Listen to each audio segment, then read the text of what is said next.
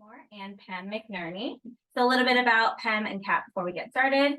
Pem is a writer and editor who works for Shore Publishing and is the lead writer and owner of contentcreation.com. She's also one of RJ Julia's amazing event hosts. So you may have seen her at some of our other events. Now, I don't think Kat needs an introduction in this room full of fans, but she is the chef, recipe developer, and digital creator behind Kat Can Cook. She graduated from the award-winning Institute of Culinary Education in New York and went on to work for Martha Stewart, developing retail recipes and producing cooking segments on the 8-time Emmy Award-winning The Martha Stewart Show, which is so cool. We will have time for Q&A at the end, so make sure you save up all your questions for then, and we will have a signing line. So I think most of you have books, but if you didn't have a chance to get one, we have them at the registers available over here and on the other side. I know I'm very excited to get my hands on one and try the 3-year gluten-free bread that I've been dying to eat. So I'm sure you all are excited to talk about some of your favorite recipes. So I'm going to turn it over to you guys. Enjoy.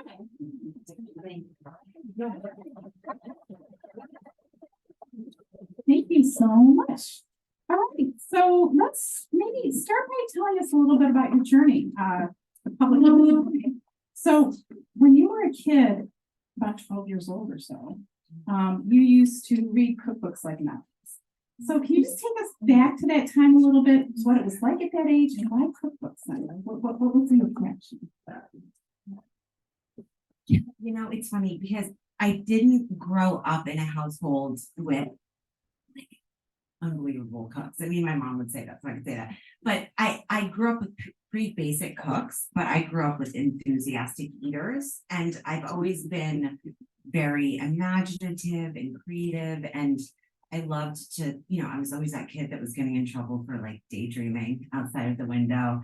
And I think that this was a space that I felt like I could just lose myself, and I loved the stories, and they always brought me so much comfort. And I heard once that a cookbook is the only story that always ends well. It's like one of my favorite, it became like one of my favorite things. I was like, why do I think, you know, when you hear a quote like that. And so I just used to love doing that. And I would take cookbooks with me on vacation, like on our family vacations. And my brother would be like, what are you doing? Like, we're in a hotel, there's no kitchen, no one's cooking. But I would just be in bed, like reading them like novels. And Martha Stewart's Entertaining was one of those books. So yeah, the way that it came full circle was really great. So then you had thought about writing a cookbook for years. You even went to culinary school. And I was curious about how culinary school honed your technique and your approach to food, because I think that one of the real strengths of the book is that it's a great read and the recipes look delicious, but the recipes are also solid. They're easy to follow and they seem foolproof. So can you talk a little bit about how culinary school might have contributed to some of that? It contributed to it big time. And I never had the idea that I would be owning a restaurant or I would be working in a restaurant. I always knew that I wanted to go into the business of food and food media, but I wanted to get like the real credentials, and I wanted to speak the language and really like learn it from, I don't do anything halfway. Okay. Like I'm very extreme in my personality. So I wanted to go to culinary school to really learn from the ground up. And I learned so many things, and you know, even things that I apply now, like I will never make a braise or put a piece of meat into a slow cooker without searing it first. Like you just aren't going to get flavor, right? So when I see a recipe where they're just like dumping meat in, I'm like, don't do that, you know, like flavor, just so many different things. But of course, a lot of the technical skill, I probably couldn't debone a rabbit if you asked me to, or I could probably make a croissant, but it would take me a long time. And I don't know if it would look anything like a croissant, but you know, I don't necessarily do that, especially having a 5 and 7-year-old now. But it just gave me so much respect for the art of cooking. That's wonderful. So from the outside and on social media, it looks like you have an easy, wonderful life, and there's a lot of wisdom and inspiration in your story. I was surprised, I guess I shouldn't have been, but I recently learned that Your story also included tragedy and personal struggle, and you haven't spoken about some of this publicly, but I was curious if you wanted to talk about any of that now and how you worked through it and how it sort of informed the creation of this book. Wow, coming with heavy-hitted Yeah. questions. I know you did. I know.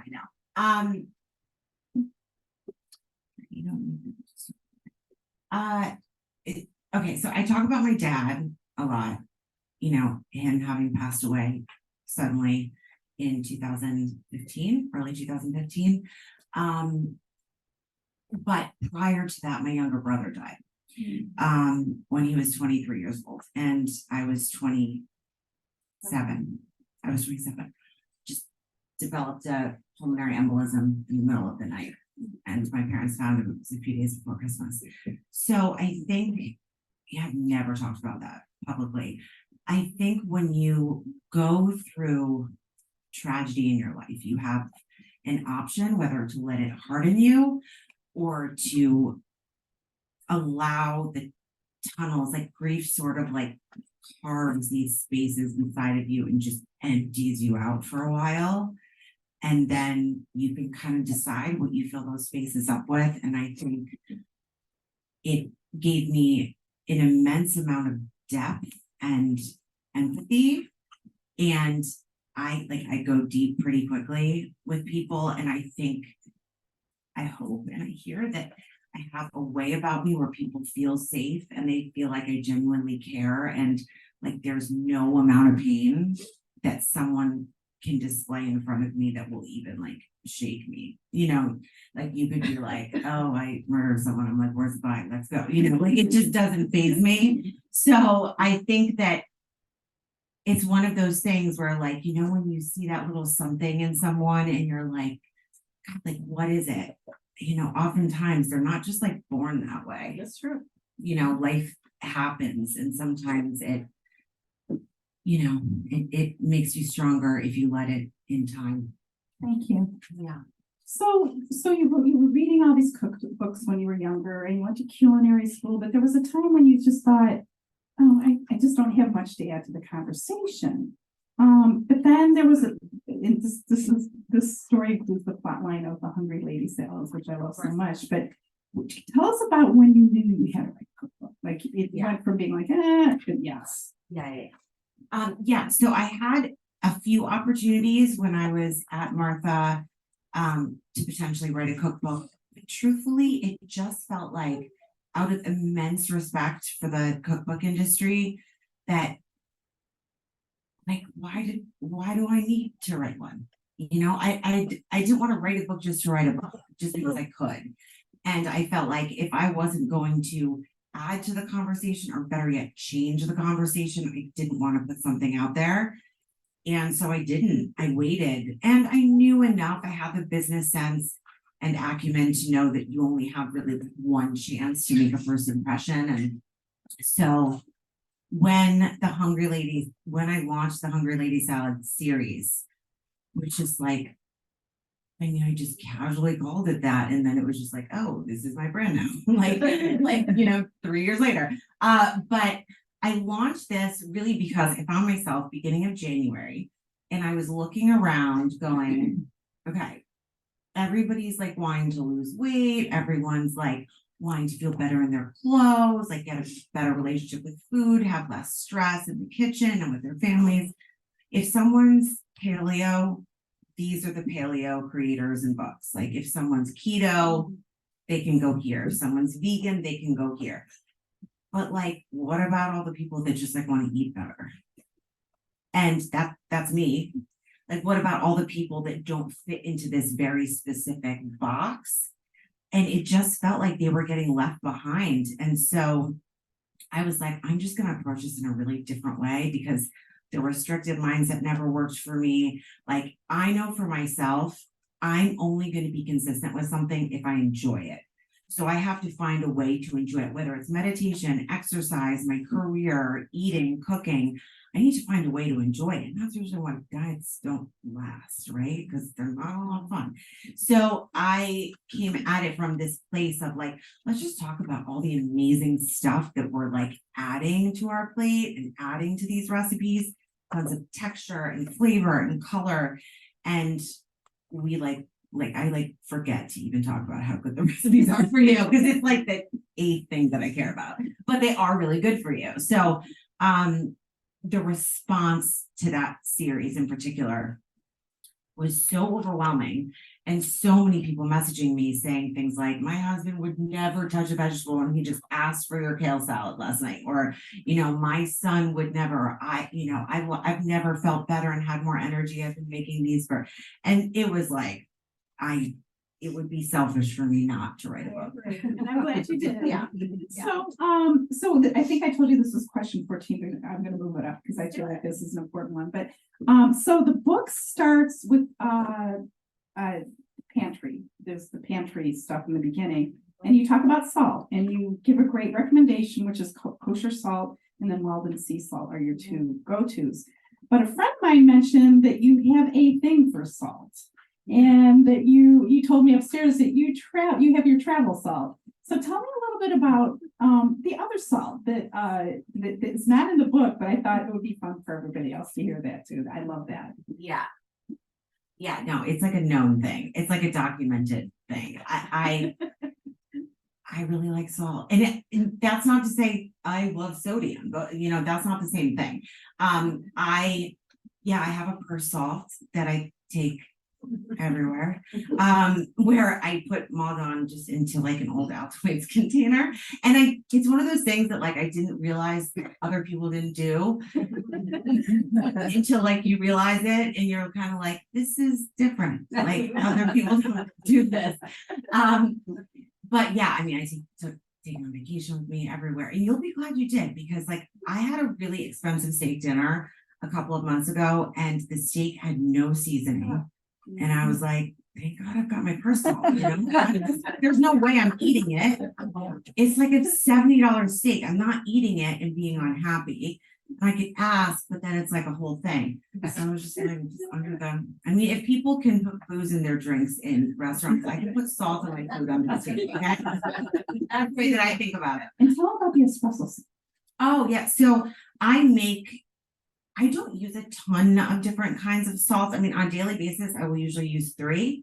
I use pink Himalayan salt in my water in the morning. Do 32 ounces of warm water with lemon and salt, which you guys are probably so sick of hearing about, but I'm just like, I have my things. It's just my thing. It's like brushing my teeth now. And then I use Diamond kosher salt, specifically Diamond, which is half as salty as Morton's, which a lot of people don't know. And I don't know why they don't teach this in elementary school. Honestly, I think there's some subjects that could go and move the important stuff in. And then flaky salt, I just, as a finishing salt is that. But the espresso salt that I make, so I like to I'll just take some espresso powder and some salt, and I will coat like steaks with it and then grill, because espresso or coffee is really, really nice. You'll see a lot of meat rubs that you buy have some kind of coffee component. Also really great on like chocolate chip cookies or brownies, and like a nice gift. Your chocolate. And my chocolate knows more about it. Doesn't you say that goes below on that? Yes, it would be great there's a dark chocolate Earl Grey mousse in the book. That's really good. Yeah, it's one of the recipes that I did on the morning on Saturday. Awesome. Thank you so much. Yeah. So I'm going to jump to I have so many more food questions here, but I read that you sometimes give strangers flowers in the supermarket parking lot. So I wanted you maybe to tell us why and how. How do you do it without freaking people out? Yeah. Because I love that idea. I think the scariest part is that I don't even think twice now, which like, I think I'm going so far, I'm like so far gone with it that I have no inhibitions. I do. So I compliment a stranger a day. I've been doing it for years. It's like one of those, I call them self-respect tools. Like people can say discipline, or they can say wellness, or like the idea of wellness never really appealed. I'm like, I want like greatness. Like, I don't want wellness, I want greatness. I want to like feel great. And so the quickest way, if I am like in my own head, telling myself stories, which happens a lot, I'm my own worst critic. I know now, like, I need to go give some people flowers. And like, I need to go compliment someone because it's the quickest way to remind me of my goodness. And more often than not, they will give me a hug. I mean, usually they'll be like, what? Like, or, one woman was a little bit disturbed, but, we got over it. Like, she was kind of like, I'm like, you must be from New York because I know but I will like hunt someone. Yeah, I will like wait there. I'm like, somebody's getting these damn flowers because I need it for myself. I'm gonna start doing that. Maybe It works. not initially in Madison. Maybe I'll go to. Yeah. Just begin. Move to Madison. So I was so glad to see there's avocado toast in there, which I love, but you have a special ingredient, hot melted honey. So tell me how that works with avocados and how you follow. Yeah. Well, it was really born out of the idea that it like filled me with rage is too strong. But when I would go to cafes or, lunch places and see like $18 avocado toast on a menu and like 90% of people have it in front of them. And I'm just like, do you know how much that costs to make, And so I would make avocado toast at home. And the idea of just having some greens for a little bit of bitterness, and then the hot honey, you've got the spice, a little bit of sweetness. And then the salt, it's just like I am all about like low effort, high reward. When you could just like put something together in 2 seconds, it elevates it and makes it feel special. And it's like almost no more work. Wow, that sounds amazing. Yeah. So you have another recipe that includes homemade turkey sausage with apple and sage. Is it hard to make sausage from scratch? I'm a little intimidated by that, but then it doesn't look that hard. I mean, this is like cheese sausage, right? Okay. Like we're not actually using a sausage maker in the casing. And like stuffing it in the thing. No, I did that in culinary school, but yeah, I mean, but this is if you want the sausage experience. Come out there. You're all over 18, right? One left, so we're good. Yeah. So like if you want to make, if you want the taste of sausage. God. Skip to the next one. But anyway, let's get back to perhaps a safer category here, salad. So the salads in your cookbook are so delicious. We talked about the dressing that I made that I just love. But why are these salads satisfying, and what are the secrets to a great salad? Yeah. So I look at a recipe as a story, and it has a cast of characters that all have to interact with each other and bring different things to the table. And a great salad has the yin and the yang, right? Like it has the acid, it has this sweetness. Sometimes it's just a tiny bit of sweetness to just kind of round out the flavors. You don't even taste it, right? You've got something to emulsify. You've got, usually some kind of garlic or, green onion, whatever it is. And then you're looking at the salad itself. So I am always looking at, like, I want different textures. So I want crunch, I want creamy, I want sometimes I want soft and buttery, and then I want to have richness. Like I think a salad needs some richness, whether it's from the salad dressing or cheese or nuts or, like a nice fatty meat or something like that, olives even. And then where was I going? What did you ask me?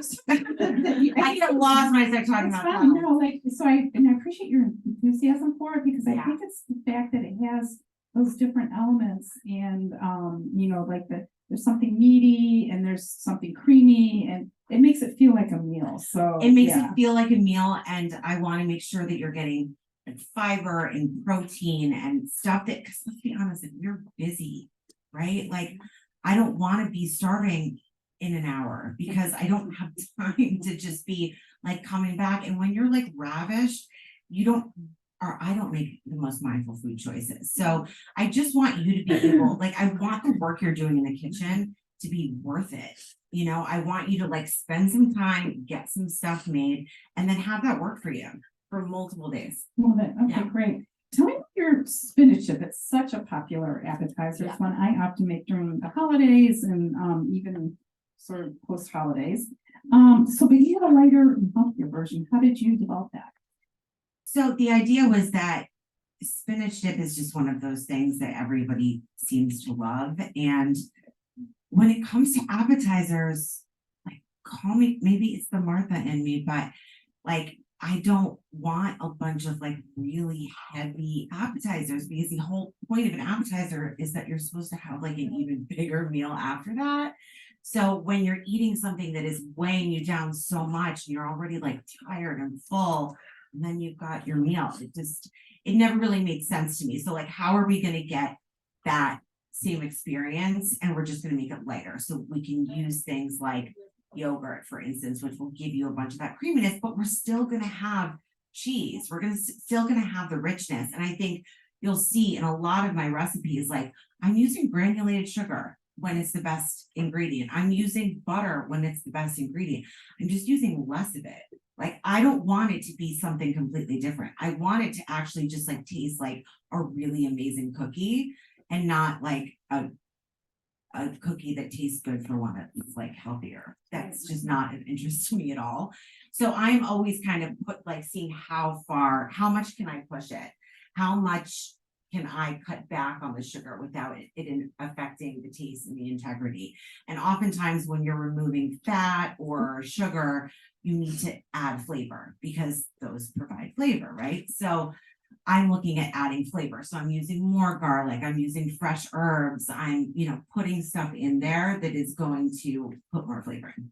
And I think that's also where your culinary school training comes Correct. in. Yeah. Because most of us, I know I can't play with a baking recipe with Yeah. but backing off on the sugar is a great technique for that. Yes. So Yeah. that's great.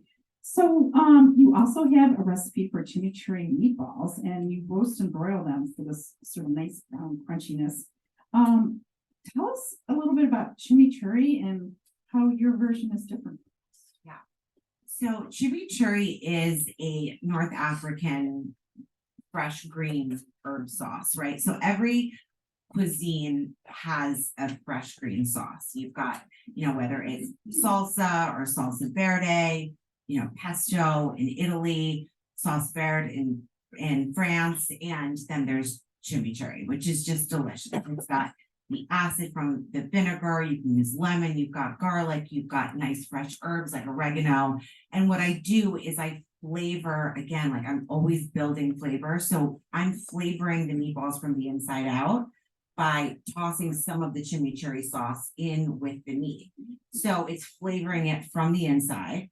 And then you just spoon the rest of the chimichurri sauce on after they come out, or you just serve it with it. Is one of my kids' favorite. It's just like in their DNA. Kids love meatballs, right? Like put anything in a meatball, but they love these. That's amazing. That sounds so And good. you can freeze them. Like, you can make a double batch, freeze them. You've got them to go. You've got them good to go. So That sounds great. So there's 110 recipes in this cookbook, and one of the things I'm curious about, did you try to develop any recipes that seemed like a great idea, but they ended up not working out? And why do you think that happened? no, every recipe came out perfect.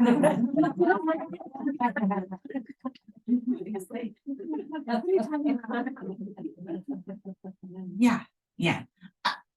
I think that for me, because I did wait so long to do a cookbook, I've had a lot kind of locked and loaded and ready to go, but I haven't really held on to recipes saying like, oh, I need to save that for the cookbook. There were a few, like the lemon cheesecake tart, where Mike was like, you have to save that for a cookbook. Like, you cannot post that. And then the bread, I was just like, I've spent thousands of hours on this bread. There's no way I'm just like posting it on Instagram and like leaving it up to the social media gods. No way. But there were definitely, and with baked goods, That's what I'm saying. it's always baked goods. It's always baked goods, right? Because you can't really affect it in the process. I mean, you can a little bit, but once it's in the oven, you're just like, and then you wait and see. I mean, with most savory recipes, I can do something about it while we're still. Right. I'm also like obsessive, That's good. That's good when it Yeah. comes to developing recipes. Yeah. But it's true that baking is also really a science. And Yes. so to It's a tinker with different that, animal. for sure. Yeah. So anybody who follows you on social media knows that you're not only a great cook, but you're also concerned about the planet. What are some of the ways that you like to reduce your footprint on the planet? So I am big on no waste, and truthfully, this is a really funny conversation. See, I just like go off on tangents. That's fine. I love it. Love it. I think about this often, and I'm like, what is called sustainable now used to just be called like economical for my parents. Like they just like wouldn't waste stuff because they're like, I paid for that food. Like, why? I'm going to use the whole thing. And that's how people actually used to live. Now it's become like this whole movement, number one, because it needs to happen, but also number two, it's like almost become trendy. So a lot of it is just like taking it back to your roots and just using as much as possible. I freeze things all the time that I am not going to be finishing. I use a lot of like silicone bags in my kitchen. I use a lot of those like silicone ice cube trays. There are just a lot of really good options now to be able to do something like that. And when we were in culinary school, we used to, all of our food that we didn't use would get picked up and we would be involved. I would volunteer on the weekend and it would be sent out to a lot of the poor neighborhoods. That's amazing. So you mentioned your 3-year gluten-free bread. So I am gluten sensitive, so I was thrilled to see that in there. And I also find as somebody who's gluten sensitive, I take stuff to parties, like so that I have something to eat and other people love it. So can you just tell us a little bit about that and how you developed it and why you love it so much? The recipe is amazing. I can say that, right? Yes. I mean, obviously it's amazing because it's in the book, but it's extraordinary. Again, like I'm always looking at like, I want to do something different. I want to provide a solution for people. I don't want to do something that has been done 100 times. And really good gluten-free bread was something that is just lacking. And not that there aren't other good gluten-free bread recipes out there, but I don't know about you, but especially since having kids, forget it. I mean, the idea of like, I'm going to want to eat bread in 72 hours, so I better start now. Like that just doesn't happen, right? I get calls about, doctor's appointments that were like 45 minutes ago. I mean, I don't have, so the idea that I'm going to be thinking 72 hours from now is just not realistic. So I wanted to develop a bread where you could decide on a Sunday morning. I do this every single Sunday. Sunday morning, I want to bake, I want to have bread with our dinner tonight, and you can mix it, you can bake it, you can eat it in the same day. Like there's none of this overnight rest or any of that. And really, the more simple a recipe is, the harder it is to develop. Interesting. Oh, by far. I mean, so much of my work. Stuff out. Yes, I am always pairing stuff out. I'm like, because I want to make it as achievable as possible for people. And I want to make the time, like, does the dough really need to rest for this long? Do you really need to use 2 bowls in this? Or can this be a 1 bowl recipe? And so I am always, it's kind of like Coco Chanel said, like, always take off an accessory before you leave the house. Same kind of thing. I would develop a recipe and then go, okay, I know it works. Now, how do I make it easier? Excellent. We cannot wait to try that one. You and I are like, and please be curious about bread baking and be curious about yourself, because and just life in general. But really lean into it, because baking bread is not like baking cookies. Okay, it's a totally different thing. And baking gluten-free bread is not like baking cookies for sure, but even regular bread. So just be curious. It might look a little bit misshapen. I say it's rustic. In culinary school, whenever my chef instructor would be like, well, it's lopsided, I'd be like, it's rustic. That's just what I call anything that comes out looking weird. I love that. That's perfect. So in your recipe for French French onion soup that most people don't make it at home, and that is true because it usually tastes better in a restaurant. But what's your secret to getting that restaurant flavor at home? First step is properly caramelized onions. So we're not talking about like 10 minutes. It's not, like, yeah, it needs time to develop and to transform. And again, reframe it. I mean, it's not asking a lot of you. And if you can kind of actually have some fascination about it, it is magical what happens to those onions as they get really jammy and sweet and delicious. It's just amazing. And then the other piece of it is that I think the most annoying part of making French onion soup at home is the idea of like putting them into these oven safe crocks and then covering it with the bread and the cheese and then putting it in a broiler, and then you're burning your hands while you're taking it out. So you're just doing that separately. You're just like broiling the bread and the cheese. Oh, nice. You're putting it onto the soup and then you're spooning the soup over. It's the same thing. It's like, it's the same deal and it is so much easier. Excellent. Cannot wait to try that too. Again, like paring back, right? Like develop the recipe and then I'm like, all right, this is, if it's annoying for me, it's gonna be annoying for them. Yeah, get rid of it. Yeah. All right, so I would like to ask the audience what they would like to know. Over here in the sweatshirt. And the pink boots. I like your boots. Thank you. What's your favorite thing you've ever made? What's your favorite thing that you have ever made? Great question. That's a really good question. I would have to say my favorite thing that I have ever made, I feel like it's the bread. It's the 3-year bread because I have such a sense of pride when I finally mastered this thing that it was, I mean, again, 3 years. It's like a lot of life to spend on bread. So it would have to be that. And because I actually feel like it's going to improve someone's life. Like, Yeah. I really want to change people's lives, So, yeah, thank you for that question. That was great. Who else? Right back there in the striped sweater. For anyone who might be in a cooking rut right now, I'm asking for a friend. Right. You direct us to start first. Great question. So, and sometimes I'm not, I mean, I'm just gonna repeat the question because we're yes. gonna be on YouTube. So my Amazing. sister Kathy and my friend who couldn't make it too can also see it. So the question was for those people who might be in a cooking rut, she's asking for a friend. Where would we start? So the first thing that I always suggest is taking a couple of hours on a Sunday, if you can. That's my day that I do it.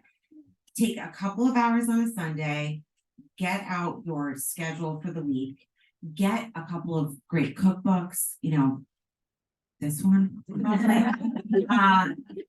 and pick out, whatever feels manageable for you. It could be one new recipe, it could be 2, 3 new recipes, and decide I'm going to incorporate them, and then build out your list, and then build the rest of your meals around that.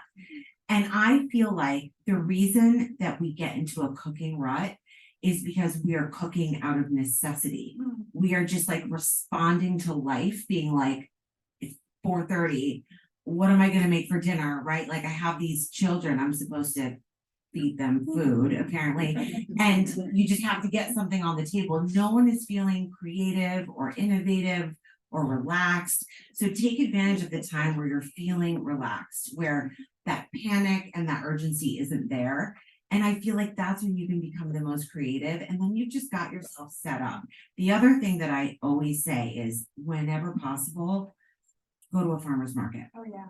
There is nothing for me like going to a farmer's market, and I actually booked this into my schedule every other Thursday to go to the Westport Farmer's Market. I'm like, I have to do it. I have to like pry myself away from work because like you talk to the farmers, talk to their passion is palpable, and it's very inspiring for me. That's and then also in the back of the book, there's the little secret ingredients, secret weapons would be a great way to like even pep up stuff That's true. you've already done. And we do have Winners Farmers Markets here in New Haven on Saturday. Highly recommend. Yes, on the way. I'm just curious if you said yesterday in your post that you were gonna head to Target before this to see the display, how was it? Oh, did you get there? Yeah, I did. I did get there. It was great. It was a really big deal because they don't really carry new authors. Oh, So, and I remember my editor kind of like being like, just know, like, if they don't normally, I'm like, okay, but that doesn't mean that they won't. And that's like my philosophy, that's my philosophy about a lot of stuff is just because someone doesn't typically do something doesn't mean that they won't. You just have to bring a new proposition. So yes, I went by Were there. you next to Ina? Ooh. And no, I wasn't quite next to Ina.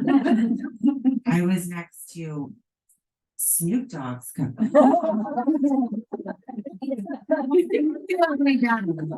Arguably better. Yeah. In the red, right over there. I got some advanced coffee, and I just wanna say that. Was it there? Yeah. She's a great cook.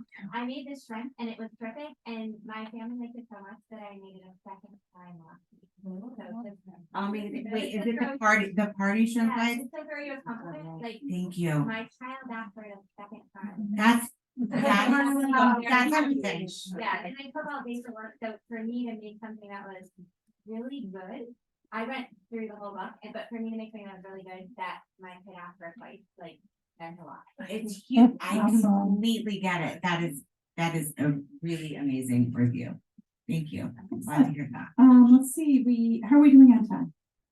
We have time for some more. Excellent. Okay, I saw a couple of it. So, the red, scarf and then the gold sleeves, and then there was one over here at the state. So we'll go 1, 2, 3. Just a question about your social media. You post a lot about like your outfits and like your favorite things that, tried and through.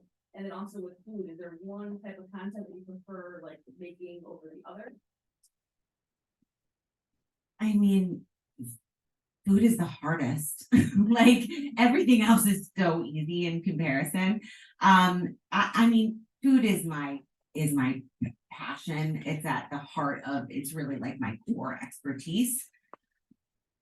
With that said, I would say, very much like Martha's trajectory, she started in catering and became a lifestyle brand. And when I was at Martha, having gone to culinary school, I was involved in food, but I was also involved in a lot of the lifestyle aspects. So for me, it's kind of it's all tied in together. And ultimately, I kind of just want to give the people what they want. And I do my Cat Can Chats every Wednesday night, which I might have to change this week, but I would say like 25% of questions are about food, like 75% are about like other life stuff, and I just think that the landscape has changed a lot. And I've always like my content is very personality forward, and I want those like connections, and I want you guys to feel like I'm really connected with you. And I've always felt like the only thing that is unique about what I do is that I'm doing it. I'm not doing anything that like other people haven't done. So did I answer your question at all? Okay. And then, next, yeah. For homestay dinner is a 4 to 6 people. What would be your go-to menu from start to finish? Are we doing it in the winter? Yeah. So let me just repeat that question. So, hosting a dinner, 4 to 6 people, maybe in the winter. What's your go-to start to finish? Okay, so if we're talking about the winter, then I always keep appetizers really simple when it comes to dinner, right? So I would do something simple, like little bites with drinks, like the feta stuffed olives, marinated feta stuffed olives, the wine bar nut mix, like stuff like that, or like the stuffed dates are amazing. They have some citrus peel and some thyme, and then these like maple pecans are really good. So like little bites like that can just be made ahead of time. I very rarely want to be cooking an appetizer when I'm also cooking dinner and having people over. And then if it's winter time, like, do you want something cozy? Are there any dietary, you've got to give me more. Are there any dietary restrictions? Are there? Eat everything. Eat everything, amazing. Do you want like cozy? Are you a meat person? Yeah. Okay, I will tell you, people like freak about the pot roast. And my mission is to like make uncool food cool again, like the meatloaf. The meatloaf is out of this world. The caramelized onions and the horseradish just like take it to this level that feels kind of sophisticated, even for meatloaf. So those are like two recipes that are like kind of a no-brainer. And it's stuff that you can compose ahead of time. Like the pot roast, you can totally do ahead of time. And then for dessert, I would say like the almond cardamom cake is pretty outstanding. I actually called my mom after that recipe. That was one of the recipes where I like called my mom immediately. And she was like, I'm at a doctor's appointment. I was like, this is really important. We have you step outside. Great idea. Again, you can make it ahead of time. You can make it the day before if you want. Like, no stress. I'm like not a good stressed person to be around. Just ask my husband. And cardamom in the winter is perfect. Oh, Can we do two more questions? Okay, so we're gonna go gray shirt and then, yeah, the vest or no, whatever it is you're wearing. Hi, so, I've never made a lot of gluten-free things, but I'm interested in it because I have family members that are gluten-free, people that I know, and, you know, I'm interested in it. When I eat it at other places, sometimes it's very dry. Is there a trick to, is there certain kinds of flour that are gluten-free that are better than others? I don't know enough about it, so, and I wanna sneak in one other question, sorry. You mentioned you had 2 kids, and I just wanna know, do you cook with them and what your philosophy is, because I have a granddaughter that loves to cook. So- So, just want, yeah. The questions are about gluten-free cooking and baking and how do you avoid sort of that dry, perfect person to ask? And then also cooking for kids, also perfect person to ask. Yes. So- So I'm assuming you are referring mostly to baking, is that correct? Like baked goods tend to be quite dry. So I think a lot of it, the mistakes happen when people treat gluten-free baking as the same as regular baking with all-purpose flour. And my recipes, you can swap in all-purpose flour, like no problem. I'm not totally gluten-free. I am like 85% of the time, which totally confuses people, but it works for me. I'm not extreme one way or the other. But I wanted to develop the recipes gluten-free because it's a lot easier to put gluten in than it is to take the gluten out, right? So the thing is with gluten-free flour is that the flours are all different and they will often absorb more moisture than a typical recipe because you don't have the protein, right? So if you're using something, and I talk about this in the book, but my recipes are pretty straightforward. The bread is the most complicated in the book. It's not very complicated for a bread recipe, but it's the most complicated in the book by far. But I'm using like, I do Bob's Red Mill 1-to-1 gluten-free baking flour. It's my favorite. Cup for Cup is also excellent, a bit more expensive, but those are my 2 go-tos. And I think if you just have those on hand, one of those on hand, you're going to be aimed for success with these. And for my kids. Yes, I cook with them some. Truthfully, a lot of the reason that I don't cook with them a lot is because so much of the cooking I do, I capture for my business, for content. Like I'm the type of social media creator that I actually film like what I'm making for dinner. You know, it's actually what I'm eating. I know a lot of creators that have like certain foods that they shoot that are trending or whatever, and then they don't eat any of it. But like that's not me. So it's a little more chaotic when my kids are involved, but they do like there are certain tasks that they love. They love to bake with me. They like to do like anything like the barbecue ranch chopped salad. So they love this dairy-free ranch dressing. They love it. And they love that they can like crush tortilla chips all over the salad. They're like, are you sure? I'm like, yeah, this is your one chance. So go ahead. They love that kind of stuff. So, you know, anything where they can like make a mess in a way that they won't get in trouble, they're good with. So there's this great clip too on Good Morning America that you recently did, and they're all like crushing the chips and really getting into it. So Yeah. that was fun. Well, they were like doing it with their No, you were like, this is not like, get in there. Look at your aggression out. So one more question over here, and then my last question for you, and you can think about this, is whether there's anything else you want to say about your cookbook, so we'll finish with that. Hi. I'm so excited for you. You're nice to obviously do all the great content. How do you disconnect? Like how do you shut that off? You guys are doing something, and I think you just stuff, and I feel like I'm always thinking about it. And after I work and I'm on there, and it's like eating a lot of time. So I'm assuming, and I know that this fucking have a whole team. So maybe when you get into a computer, like how do you disconnect? What I mean, So I have people that work for and with me, but my Instagram in particular is me. And I've thought about it. I'm like, I should probably outsource this, but quite frankly, I think a lot of why I'm successful is because it's me. Like, it's genuinely me. And I'm just not willing to give that up. Like, I think I would probably respond to more people's messages if I had someone else running my account, but that, I don't think that's ever going to be my brand. Like, you will have to brand my Instagram for my cold day. Like, that is, because it's a space that I genuinely love so much. And I'm very picky. I'm very particular, like, about how things go out there and how things are phrased and all of that stuff. So when it comes to disconnecting, I think what has been really important for me is just having some rules about my phone. And so at night, I really, like, I don't sleep with my phone in my room. I sleep with it downstairs. My husband sleeps with his next to the bed. So if anything were to happen, and I know when my kids are older, but I don't check my phone for probably an hour after I wake up.